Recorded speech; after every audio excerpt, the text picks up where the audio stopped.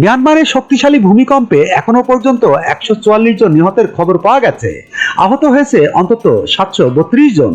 সামরিক সূত্রের বরাতে এ তথ্য জানিয়েছে ব্রিটিশ সংবাদ মাধ্যম বিসিবি। বিসিবির বার্মিজ টিম জানিয়েছে, হতাহতের এ তথ্য জানিয়েছেন মিয়ানমারের সামরিক নেতা মিন অং হাইং। তার আশঙ্কা, হতাহতের এ সংখ্যা আরো বাড়তে পারে। শুক্রবার 28 মার্চ 7.7 মাত্রার ভূমিকম্প আঘাত আনে মিয়ানমারে। এতে ব্যাপক ক্ষয়ক্ষতির শিকার হয়েছে প্রতিবেশী দেশ থাইল্যান্ডেও।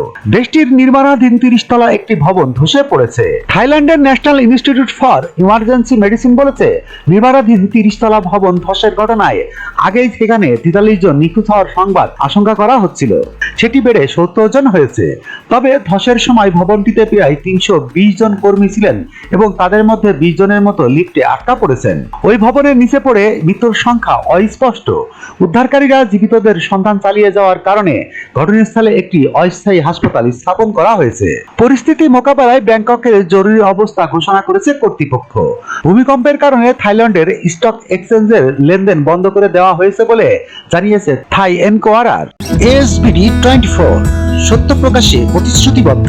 চ্যানেলটি সাবস্ক্রাইব করুন।